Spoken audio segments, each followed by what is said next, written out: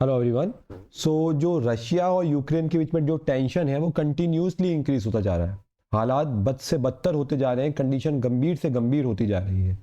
जहां बात हो रही थी पीस टॉक की, जहां बात हो रही थी कि अब रशिया और यूक्रेन वॉर का एंड होने वाला है, वहीं एक नई डेवलपमेंट देखने को मिली है, जहां पर ये देखने को मिला है जो रशिया के प्रेसिडेंट है पुतिन, उनके रेसिडेंस पे ड्रोन से अटैक हुआ है। उसके रिटेलिएट में, उसके जवाब में रशिया ने भी ब्लैक सी पे क्या किया है, शिप्स को डिस्ट्रॉय किया है यूक्रेन की। तो जानते हैं पूरी कहानी क्या है। तो जैसा कि आप जानते हैं कि रिसेंटली जो पुतिन का हाउस है, रेसिडेंस है, उस पे यूक्रेन ने ड्रोन से क्या किए हैं, अटैक्स किए हैं। ठीक है। और रशिया ने इस पूरे मामले की जांच में ये पाया है, रश, रशिया ने पूरी जांच में ये पाया गया है कि ये एक सोची समझी एक प्लानिंग था अगेंस्ट रशिया। अब इसके बाद अगर आप रशिया के प्रेसिडेंट के रेसिडेंस पे अटैक करोगे तो रशिया रिटेलिएट तो करेगा, जवाब तो देगा। तो रशिया ने क्या करा, जो ब्लैक सी वाला रीजन है, ठीक है, तो ब्लैक सी वाले रीजन के अंदर रशिया ने क्या करा, यूक्रेन की जो शिप्स हैं उनको कंप्लीटली डिस्ट्रॉय कर दिया, डैमेज कर दिया। वहां की जो ऑयल फैसिलिटीज थी, ऑयल टैंक्स थे, उसको कंप्लीटली डिस्ट्रॉय कर दिया। देखते हैं यूक्रेन इतना इंपॉर्टेंट क्यों है। यह है यूक्रेन, जो आप देख पा रहे होंगे मैप में। ठीक है। यूक्रेन के जस्ट नीचे हमको एक सी दिखती है, दैट इज कॉल्ड हमारा ब्लैक सी। ठीक है, ये रीजन काफी इंपॉर्टेंट है। और यहां ब्लैक सी के अगर राइट में देखेंगे तो रशिया रशिया बार बार क्लेम करता है कि जो यूक्रेन वाला रीजन है ये रशिया की नेक है, गर्दन है। रशिया में अगर आपने रशिया की ज्योग्राफी देखी होगी तो रशिया का जो नॉर्थ पार्ट है, जो नॉर्थ रशिया है, वो मेनली 90 to 95% क्या है, आइस से बना हुआ है। उसमें परमा फ्रॉस्ट रहती है, 12 महीना फ्रॉस्ट रहता है, आइस रहता है। ठीक है। वहीं अगर मैं बात करूं हमारे इसके साउथर्न पोर्ट की, रशिया अपना सी ऑफ एजोब से होते हुए, उसके बाद आपने यहाँ पे देखा होगा एक जल संधि है स्टेट ऑफ कर्च, वहां से होते हुए ब्लैक सी जाता है। ब्लैक सी के बाद यहाँ पे स्टेट ऑफ बॉस्फोरस है, फिर वहाँ सी ऑफ मरमरा जाता है। फिर उसके बाद वो जो एशियन कंट्रीज हैं, ठीक है, टर्की के थ्रू एक्सेस करता है, या फिर यहाँ से होते हैं वो यूरोपियन कंट्रीज को एक्सेस करता है। बट अगर आपने यूक्रेन के अंदर ही कुछ इशू हो गया, यूक्रेन अगर नाटो से जुड़ जाता है, तो रशिया का जो ये एरिया है जो उसके ट्रेड के लिए काफी इंपॉर्टेंट है, ठीक है, रशिया का वो एरिया जो उसकी इकोनॉमी के लिए काफी ज्यादा इंपॉर्टेंट रोल प्ले करता है, उसके साथ कहीं ना कहीं छेड़छाड़ कर रहे हो। वहीं आपको पता होगा ईयर 2014 में रशिया ने जो ये क्रीमिया वाला रीजन है ना, इसको एनेक्स कर लिया था। ठीक है। उसी के बाद रशिया को G7 से बाहर कर दिया था। पहले आपने सुना होगा ना, G20 से पहले G8 हुआ करता था, फिर उससे रशिया बाहर हुआ तो G7 हुआ। तो रशिया को जब इससे बाहर किया गया था तो रीजन क्या था कि रशिया ने क्रीमिया को 2014 के अंदर एनेक्स कर दिया। क्रीमिया को क्यों रशिया ने हथियाया? Just because of Black Sea. Russia को वो ब्लैक सी वाला जो एरिया है उसको कंट्रोल करना है। ठीक है। और वो उसकी मजबूरी है, क्योंकि उसका ट्रेड वहां से होता है। जो रशिया का नॉर्थ साइड है वो पूरा साइबेरिया वाला एरिया पूरा बर्फ से ढका हुआ रहता है। ठीक है। जो ये वाला एरिया है रशिया का, पूरा नॉर्थ वाला एरिया पूरा बर्फ से ढका होता है। तो रशिया के जो पोर्ट्स हैं, ठीक है, जहां से शिप्स जाती हैं, वो पूरी परमा फ्रॉस्ट रहती है, बर्फ से ढकी हुई रहती है।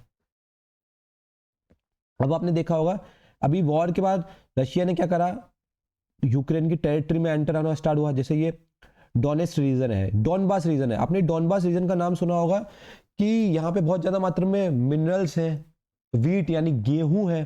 ठीक है। तो ये एग्रीकल्चर वाइज, मिनरल्स वाइज काफी इंपॉर्टेंट रीजन हो जाता है। लुअनसाक रीजन, ठीक है, हमेशा क्वेश्चन आते हैं रीजन के रिगार्डिंग कि डोनबास रीजन का संबंध निम्नलिखित में से किसके साथ है, which of the following is related to Donbas region. ठीक है। तो ये जो आप रेड रेड एरिया देख रहे हैं ये कंप्लीटली मिलिट्री कंट्रोल में आ चुका है रशिया के। उसके बाद जो आप ये लाइनिंग एरिया देख रहे होंगे, रेड रेड कलर का लाइनिंग वाला जो एरिया है, दिट इज ये वाला एरिया, ये वाला एरिया, ये वाला एरिया, ये वाला एरिया, यहाँ पे रशिया कंट्रोल है पर लिमिटेड है। और उसके बाद जो ये अलग से ब्राउन कलर का एरिया है, रशिया बोलता है ये एरिया भी मेरा ही है। तो रशिया धीरे धीरे यूक्रेन की टेरिटरी में जा रहा है। क्यों जा रहा है, क्या जा रहा है, वो अपने को देखना है। आपने कभी सोचा कि रशिया इतने छोटी कंट्री से क्यों 4 साल से वॉर में लगा पड़ा है? क्यों अपने रिसोर्सेज को वेस्ट कर रहा है? इसका रीजन है कि जो यूक्रेन के प्रेसिडेंट हैं वो कंटिन्यूसली नाटो में जुड़ने की बात करते हैं। क्या होता है नाटो भी हम देखेंगे, ठीक है। नाटो के बाद क्या है, नाटो क्यों बना, नाटो वो हमको डायरेक्ट मालूम चलेगा। नाटो क्या है, एक अमेरिका और कनाडा, इन दो कंट्रीज जो नॉर्थ अमेरिका से आती हैं और कुछ यूरोप की कंट्रीज, इनके द्वारा बनाया गया एक संगठन है, ठीक है। तो अभी इसमें एट प्रेजेंट 32 कंट्री है नाटो के अंदर। कितनी कंट्रीज है? 32 कंट्री है। तो ये बातचीत चल रही है कि जो यूक्रेन है ये नाटो में जुड़ने जा रहा था, 2020 में बात चली थी। इसके बदले रिटेलिएट करा किसने? रशिया ने। अभी नाटो पे आप 5 मिनट वेट कीजिए, आपको पूरा नाटो समझ में आएगा। मैंने आपको बताया ना कि नाटो में भी 32 कंट्रीज हैं। चलो मैं बात ही कर देता हूँ, नाटो में भी क्या है, 32 कंट्री है। अब अगर यूक्रेन इसमें जुड़ जाता है तो इसमें क्या होता है, ये बनाया है कलेक्टिव डिफेंस के लिए कि मान लो किसी ने भी इन 32 में से एक कंट्री के साथ क्या करी, वॉर करी, तो 32 की 32 कंट्रियां कूद पड़ेंगी, 32 की 32 कंट्रियां मिलिट्री कर लेंगी। मतलब आपने मान के लो यूक्रेन के साथ आप वॉर में हो तो बाकी जो 32 कंट्री है वो भी आपके साथ वॉर में इंडल्ज हो जाएगी, वो भी अपनी फोर्सेस भेजेंगी, ठीक है। तो ये है नाटो। और डिटेल में देखेंगे नाटो को। तो मैंने आपको बताया कि जो ये यूक्रेन वाला रीजन है ना बच्चों, ये यूक्रेन है, ये रशिया की नेक है। रशिया बोलता है मेरी नेक है ये, ठीक है। रशिया यहाँ से बहुत ज्यादा क्या करता है, व्यापार करता है। रशिया का जो नॉर्थ वाला पार्ट है वो प्योरली फ्रोजन रहता है, तो सारा व्यापार वो साउथ के थ्रू करता है, ठीक है। तो रशिया के लिए वो एक बफर जोन है, उसकी ट्रेड, उसकी इकोनॉमी, उसकी ज्योग्राफी के लिए काफी ज्यादा इंपॉर्टेंट है यूक्रेन। और वहीं यूक्रेन बोलता है मैं नाटो में शामिल हो जाऊंगा। अगर यूक्रेन नाटो में शामिल हो जाता है तो मैंने आपको ब्लैक सी वाला रीजन दिखाया, वहां पे नाटो फोर्सेस आ जाएंगी, अमेरिकन फोर्सेस आ जाएंगी। और आपको अमेरिका और यूक्रेन का इतिहास तो, अमेरिका और रशिया का इतिहास तो बचा स्टार्टिंग से पता है, ये कभी अच्छे दोस्त ही नहीं रहे। हमेशा इनके बीच में डिफेंस को लेके, स्पेस को लेके, इकोनॉमी को लेके हमेशा से ही क्या रहा है, कट थ्रू कंपटीशन रहा है, ठीक है। तो अगर नाटो फोर्सेस आ गई मतलब इनडायरेक्टली अमेरिका का कंट्रोल हो गया ब्लैक सी में, जो रशिया कभी चाहेगा नहीं, ठीक है। तो ब्लैक सी में अगर अमेरिकन फोर्सेस आ रही है, अमेरिका कहां, अपने नॉर्थ अमेरिका के अंदर अटलांटिक ओशन में, और ये अब कहां बात पहुंचने की बात कर रहा है, ब्लैक सी में, जहां डोमिनेंस होता था किसी टाइम किसका, रशिया का। अब नाटो क्या है, ईयर 1949 की बात है, just after the world war second, एक ऑर्गेनाइजेशन बनता है जिसका क्या नाम है, North Atlantic Treaty Organisation, that is NATO, ठीक है। इसका जो कोर था, इसका जो क्रक्स है वो क्या है, कलेक्टिव सिक्योरिटी, कलेक्टिव डिफेंस। क्या होता है कलेक्टिव सिक्योरिटी? अगर आपने किसी भी इसकी मेंबर्स कंट्रीज में से, जब ये बना था तब इसमें 12 कंट्रीज थी, तो आपने किसी भी एक कंट्री के साथ वॉर किया मतलब आप ऑटोमेटिकली उन 11 कंट्रीज के साथ भी क्या है, वॉर में इंडल्ज है। दैट इज हमारा नाटो। फुल फॉर्म याद देखिएगा, नॉर्थ अटलांटिक ट्रीटी ऑर्गेनाइजेशन।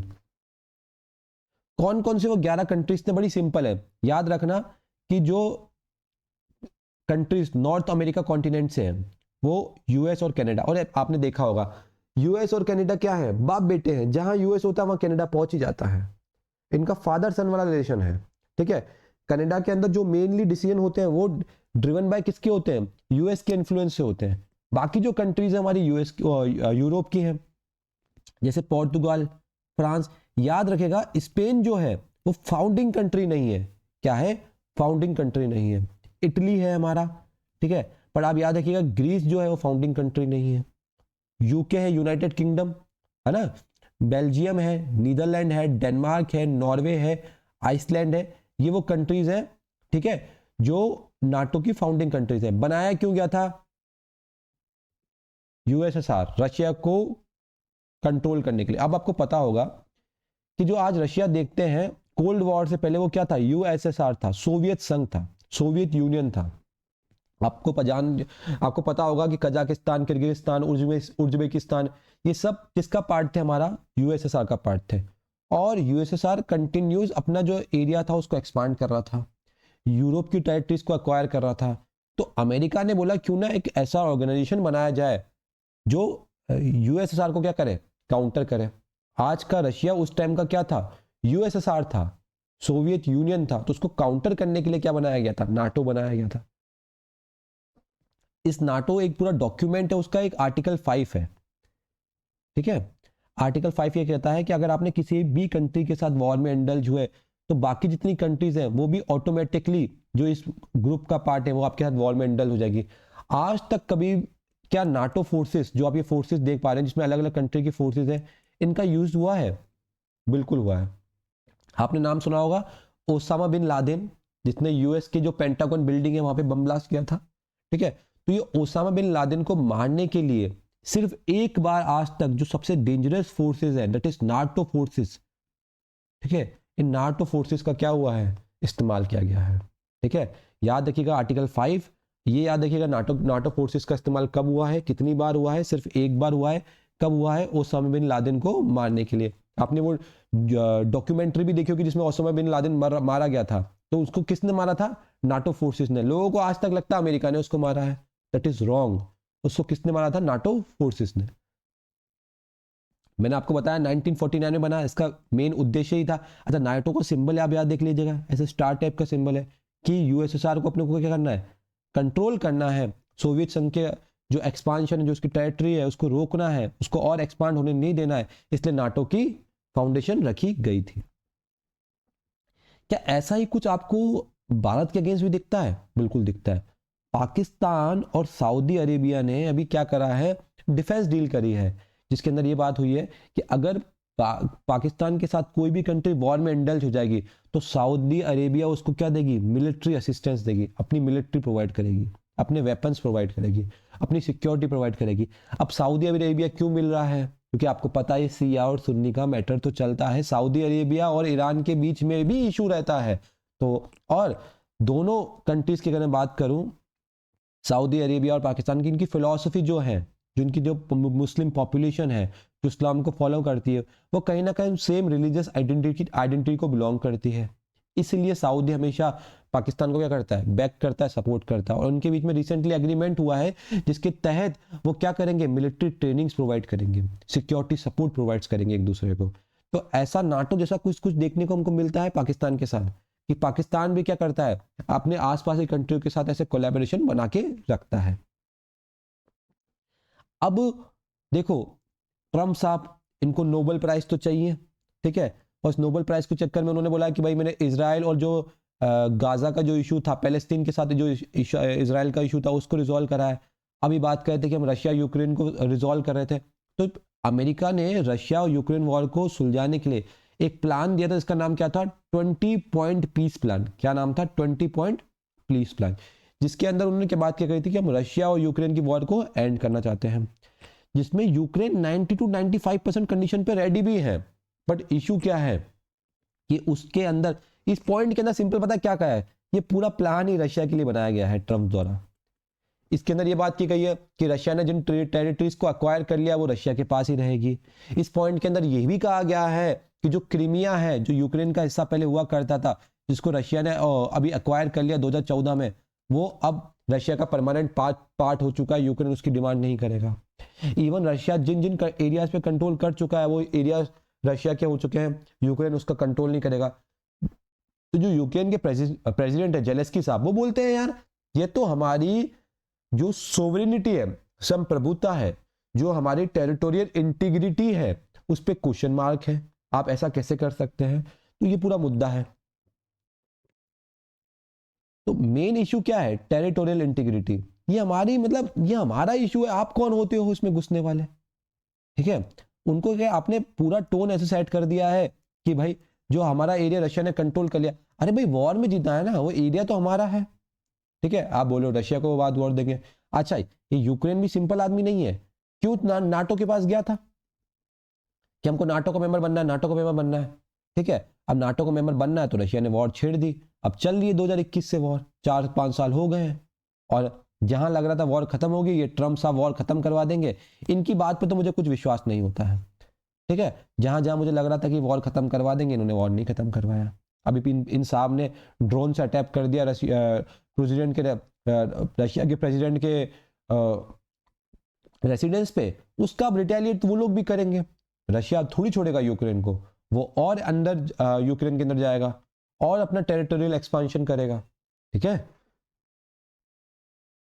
इससे होता क्या है, जब जब रशिया यूक्रेन का वॉर होता है, आप देखेंगे जो ऑयल के प्राइस है वो इंक्रीज हो जाते हैं। भारत अपना क्या करता है, ऑयल इंपोर्ट करता है रशिया से। इवन जो यूक्रेन को कहते हैं, क्या कहते हैं, यूक्रेन को कहते हैं food basket of the world. बहुत ज्यादा मात्रा में गेहूं उगता है यूक्रेन से, बहुत ज्यादा मात्रा में भारत फर्टिलाइजर बाय करता है यूक्रेन से। अब जब जब ये वॉर होता है तो फर्टिलाइजर का प्राइस इंक्रीज होता है, इससे ओवरऑल जो एग्रीकल्चर प्रोडक्शन है, एग्रीकल्चर प्रोडक्ट्स हैं, उनका प्राइस इंक्रीज होता है। अब अगर ऑयल का प्राइस, रशिया से हम ऑयल ले रहे हैं, अब यहाँ पे वॉर जैसी सिचुएशन हो जाती है, अब वहां से शिप ना आएगा, किसी लॉन्ग रूट से आएगा। अब शिप लॉन्ग रूट से आएगा तो ज्यादा उसमें फ्यूल लगेगा, ज्यादा फ्यूल लगेगा तो हमको फ्यूल महंगा पड़ेगा, हमको फ्यूल महंगा पड़ेगा तो हम एक जगह से दूसरी जगह जो सामान बेचते हैं ट्रकों से, उसका दाम भी तो बढ़ जाएगा, क्योंकि पेट्रोल डीजल का दाम बढ़ेगा, तो ओवरऑल कॉस्ट बढ़ जाती है, महंगाई आ जाती है, इन्फ्लेशन हो जाता है। तो ये जो वॉर वाली सिचुएशंस होती है ना, ये कभी भी किसी भी कंट्री को बेनिफिट नहीं करती है। जो इनका इम्पैक्ट होता है इनिशियली तो आपको लगता है रीजनल लेवल पे, लोकल लेवल पे देखने को मिलता है, बट ग्लोबल लेवल पे इसका क्या होता है, इम्पैक्ट देखने को मिलता है। आपको क्या लगता है, जो ये वॉर्स होती हैं, ये वॉर्स कंटिन्यू रहे हैं तो इससे किसी कंट्री का बेनिफिट होता है? क्या आपको लगता है रशिया यूक्रेन का वॉर अभी कंटिन्यू चलना चाहिए? और आपको क्या लगता है कि इस रशिया यूक्रेन के वॉर में कौन सही है, यूक्रेन सही है और रशिया सही है? आप अपना आंसर प्लीज मुझे कमेंट बॉक्स में जरूर बताइएगा। Thank you so much everyone, see you in the next lecture.